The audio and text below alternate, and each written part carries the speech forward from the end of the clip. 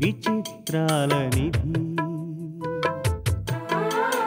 ఓ విధి విచిత్రాల నిధి వింత కథల సారథి ఆశ నిరాశల వారధి నిరంకుశ నిర్ణయాల నిర్దయవానిధి ఓ విధి విచిత్రాల నిధి ఓ విధి విచిత్రాల నిధి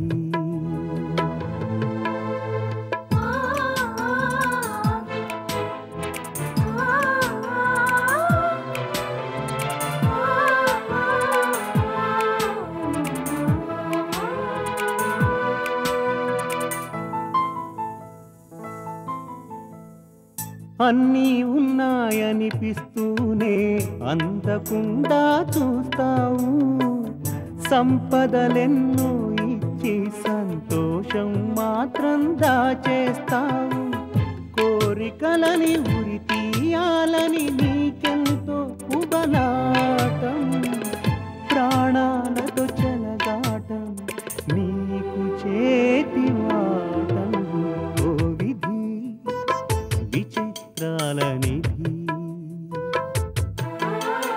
ఓ విధి విచిత్రాల నిధి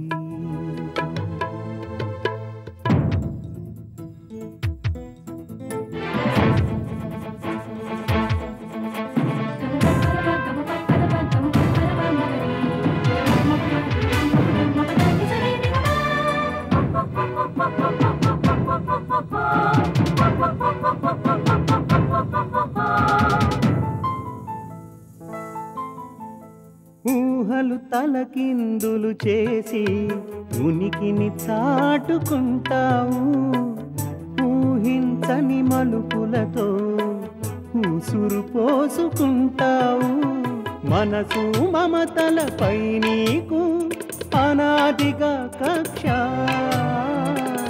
నీ చేతిలో మనిషికి మనుగడే ఓ పరీక్ష ఓ విధి విచిత్రాల నిధి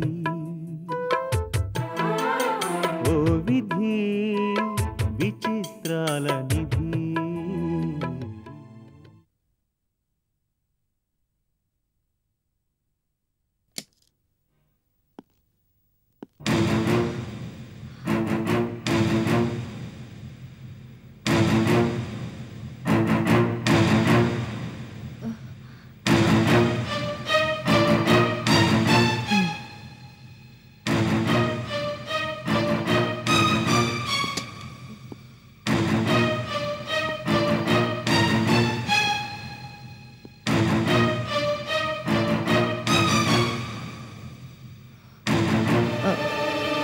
కూర్చోండి.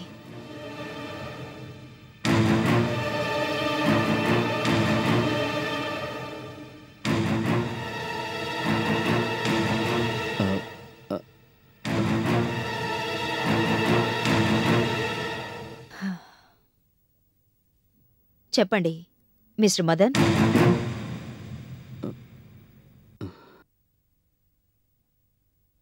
నా కళ్ళని నేను నమ్మలేకపోతున్నాను లక్ష్మి. అదేమిటి, మీ కళ్ళను మనస్ఫూర్తిగా నమ్మడం, ఇంకొకళ్ళని నమ్మకపోవడం మీకు మొదట్నుంచి అలవాటేగా?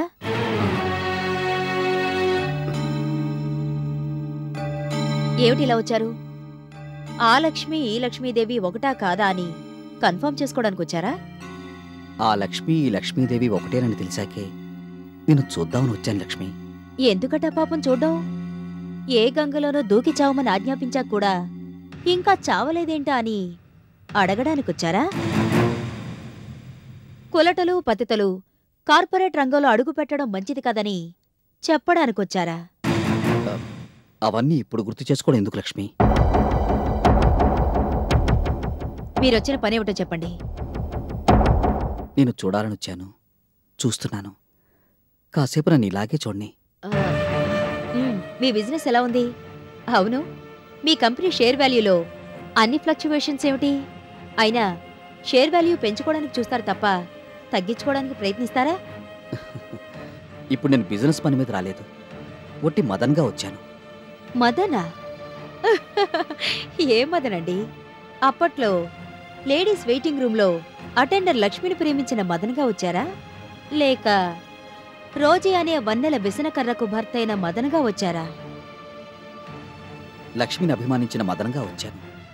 అభిమానానికి అపార్థానికి మధ్య నలిగిపోయిన మదన్గా వచ్చాను. లక్ష్మి కోసం అహోరాత్రాలు ఎదురుచూసి లక్ష్మి కోసమే పరితపించిపోయిన మదన్గా వచ్చాను. అరెరే, అలాగా? నన్ను నలుగురు ముందు కులట అని నిందించిన మదనగా రాలేదా? నా కన్న తండ్రిని నాకు విటుడుగా అభివర్ణించిన మదనగా రాలేదా?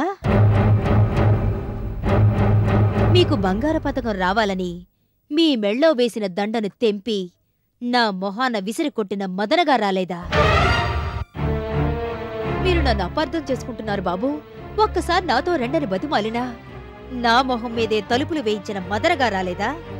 ఈ బతుకు బతికే కన్నా ఎక్కడైనా దూకి చావు అని తిట్టిన మదనగా రాలేదా? మీరు ఏ మదనగా వచ్చినా నేను మాత్రం ఆ లక్ష్మిని కాను, లక్ష్మీదేవిని. లక్ష్మి, అవన్నీ జరిగిపోయిన సంగతులు. ఇప్పుడు వాటి ఓహో, జరిగిపోయిన వాటికి జరుగుతున్న వాటికి సంబంధం లేదంటారు. అయితే తమరు Rosy group of industries managing డైరెక్టర్గా వచ్చుంటారు. కానీ ఇందాకడిగితే బిజినెస్ మ్యాన్గా రాలేదన్నారే? ఇప్పుడే కాదు, నేనెప్పుడూ బిజినెస్ మ్యాన్ని కాదు. కేవలం ప్రేమించడం మాత్రమే తెలిసిన మనిషిని. ప్రేమ గురించి తప్ప బిజినెస్ గురించి తెలియదు. కానీ ప్రేమను బిజినెస్ చేశారు, ప్రేమతో బిజినెస్ చేశారు. ప్రేమంటే నథింగ్ బట్ బిజినెస్ అని చేతల్లో నిరూపించారు. నీకెలా నచ్చ చెప్పాలో నాకు అర్థం కావడం లేదు. నాకెవరూ నచ్చ చెప్పాల్సిన పనిలేదు. ఆ రోజీ అంటేనే ఒళ్లంతా తేళ్లు జర్రులు పాకినట్టు ఫీలయ్యే మీరు రోజీని చేసుకోవడం బిజినెస్ కాదా? రోజీని చేసుకోవడం కోసం నన్ను దూరం చేసుకోవడం బిజినెస్ కాదా? లేదు లక్ష్మి, నువ్వు నన్ను అపార్థం చేసుకుంటున్నావు. అపార్థం చేసుకుంటున్నావని ఎదుటివాళ్లంటే ఆ లక్ష్మి తత్తరపడి క్షమించమని అడిగేదేమో. కానీ ఈ లక్ష్మీదేవి అలా అడగదు. ఆ లక్ష్మి మనుషుల్ని మాత్రమే చూసింది. ఈ లక్ష్మీదేవి మానవ మృగాల మనస్తత్వాల లోతుల్ని చూసింది. ఆ లక్ష్మి డబ్బు చేతిలో కీలుబొమ్మయింది. ఈ లక్ష్మీదేవి డబ్బునే కీలుబొమ్మగా చేసి విసిరి అవతల పారేసింది. ఆనాడు నీ పట్ల తప్పుగా ప్రవర్తించింది నేను కాబట్టి, తప్పు నాది కాబట్టి నువ్వు అనాల్సిందే, నేను పడాల్సిందే. కానీ ఎన్ని మాటలు మాట్లాడిన నువ్వు బాగున్నారా అని ఆప్యాయంగా ఒక్క మాట అడుగుతావేమోనని ఇంతసేపు ఆశగా ఎదురుచూశాను లక్ష్మి. నా బాగోగులతో పెద్దగా పని లేదన్నట్టు మాట్లాడావు. పోన్లే, నా అదృష్టం ఇంతే అనుకుంటాను. నువ్వు నన్ను ఎన్ని తిట్టినా సరే, నిన్నిలా చూస్తుంటే బిజినెస్ అనే భూతం కబళించిన దేవతా సౌందర్యంలా ఉన్నావు. ఇంతకీ వచ్చిన పనేమిటో చెప్పనేలేదు? చెప్పినా వినే స్థితిలో నువ్వు లేనప్పుడు నేను చెప్పేం ప్రయోజనం? మాటలో పడి మర్యాద చేయడమే మర్చిపోయాను. ఏవైనా తీసుకుంటారా? అదే కాఫీ, టీ, కూల్ డ్రింక్. అవి ఇస్తేనే మర్యాద చేసినట్ట? లేదు లక్ష్మి, నిజానికి ఇంతసేపు నువ్వు మాట్లాడిన మాటల మధ్య ఎన్నో తిట్లు పొదిగి నన్ను అవమానించచ్చు, నన్ను బాధ పెట్టచ్చు. కానీ నువ్వు అలా చేయలేదు. నీ మనసులో ఉన్న ఆవేదన నువ్వు చెప్పుకున్నావే తప్ప నా మనసును గాయపరిచే మాట నువ్వు ఒక్కటి అనలేదు. అంతకు మించిన మర్యాద ఇంకేం కావాలి? గత కొన్నేళ్లుగా నేను అనుభవిస్తున్న శిక్షను చూస్తుంటే అర్థమవుతోంది నేనెంత పెద్ద నేరం చేశానో. శిక్షను తగ్గించమని అడగను, కానీ నేను చేసిన నేరం నా ప్రమేయంతో జరగలేదని అర్థం చేసుకో. మరోసారి కలిసినప్పుడు అన్నీ వివరంగా చెప్తాను. దయచేసి నన్ను మళ్ళీ కలిసే ప్రయత్నం చేయకండి. నీకది ఆనందమైతే నేను అలాగే చేస్తాను.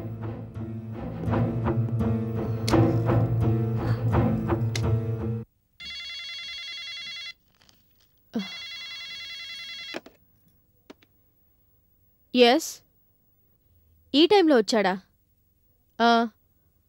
అర్జెంట్ మ్యాటరా? సరే, లోపలికి పంపించు.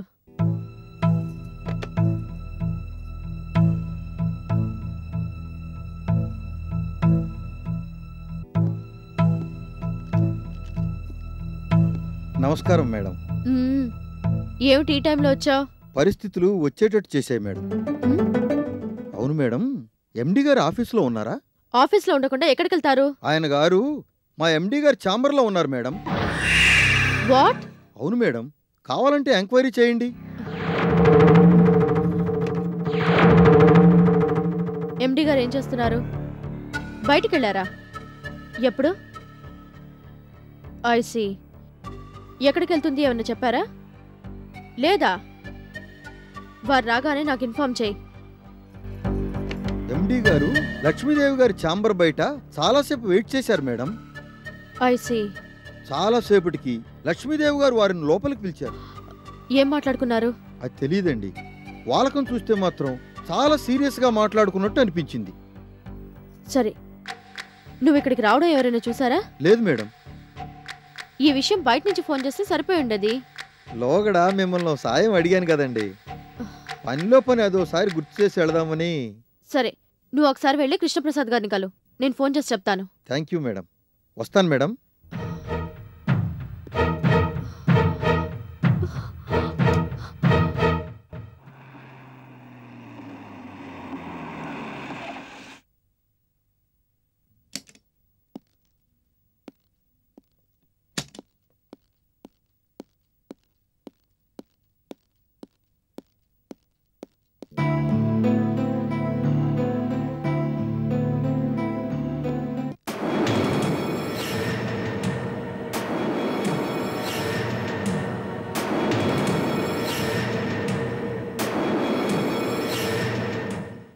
డాడీ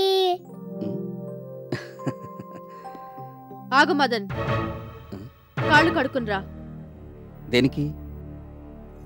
కాళ్ళు ఎందుకు కడుక్కుంటారు? అంటకూడనివేవైనా ఉంటే వాటిని బయటే వదిలించుకు రావాలని.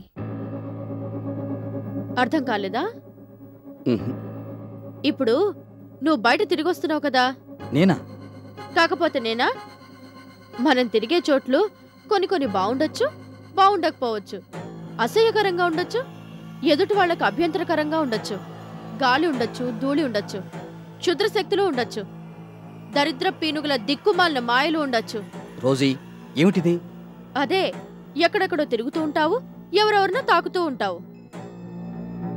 అదే, షేక్ హ్యాండ్లు ఇచ్చి ఆ మురికంతా మాకు అంటిస్తానంటే కుదరదు. అసలే ఇంట్లో పసిపిల్లుంది. ఆ అబ్బాయి బయటికెళ్తే కాళ్ళు కడుక్కుంటేనే కాని లోపలికి రానివద్దని ఆంటీ చెప్పింది. ఎప్పుడు? ఎప్పుడో ఒకప్పుడు చెప్పింది. అవన్నీ ఆరా తీసి నిలబడే బదులు వెళ్ళి శుభ్రంగా కాళ్ళు కడుక్కుని రావచ్చుగా. ఎప్పుడు లేంది ఈ కొత్త అలవాటేంటి రోజీ? కొత్తదో పాతదో అలవాటైతే మంచిదే కదా.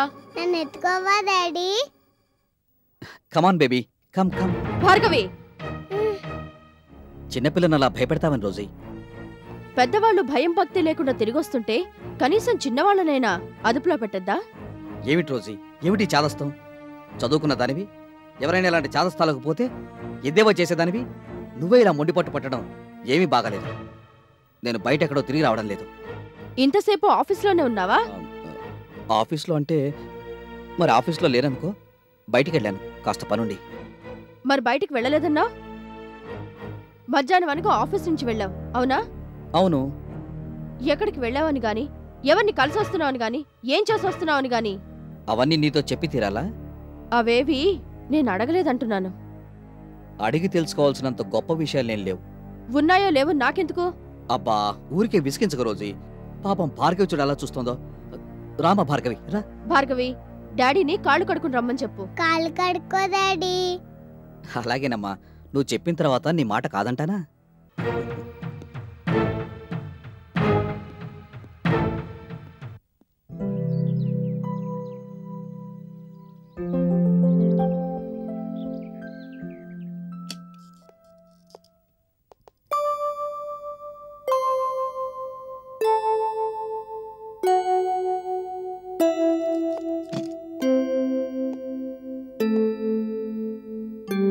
మేడం,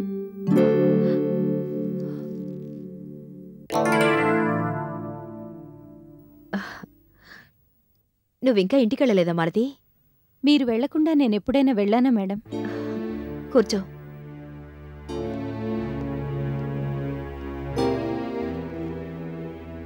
మిమ్మల్ని ఇలా డిస్టర్బ్ చేస్తారని తెలిస్తే ఆయన అట్టుంచటే పంపించుండేదని మేడం. ఇంతకీ ఆయన ఎవరు madam? Rosy group of industries ప్రొపరేటెక్స్ రోజీ గారికి భర్త.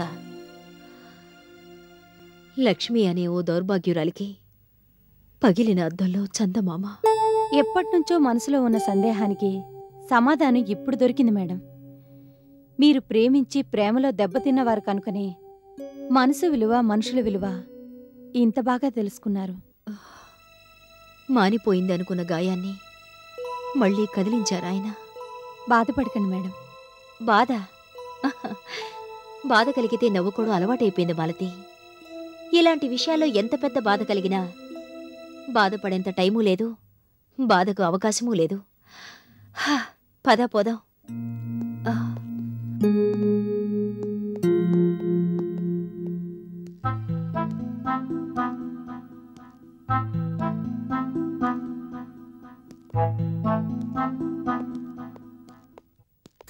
నువ్విక్కడున్నావా?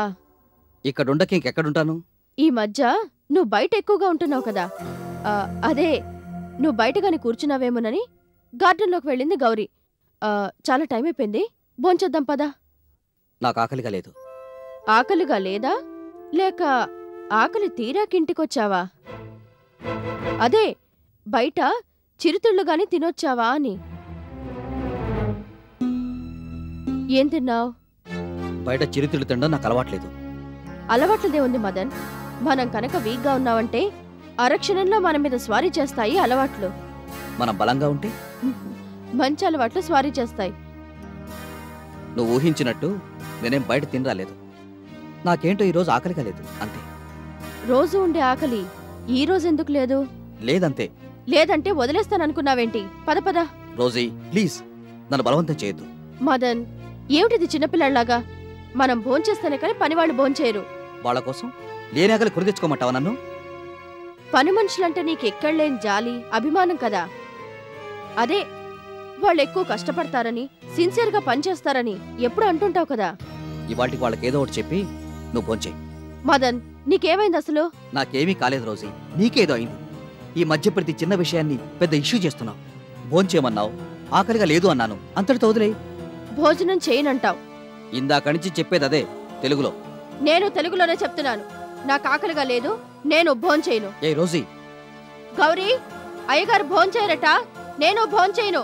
పాప కూడా అన్నం పెట్టద్దు, దానికి పచ్చి మంచినీళ్ళు కూడా ఇవ్వద్దు. Rosy, it's all right Madan. ఒక్క పూట అన్నం తినడం మానేస్తే మనుషులేం చావరు కదా. కరెక్టే, చావరు, చంపుకు తింటారు. పద భోంచేద్దాం.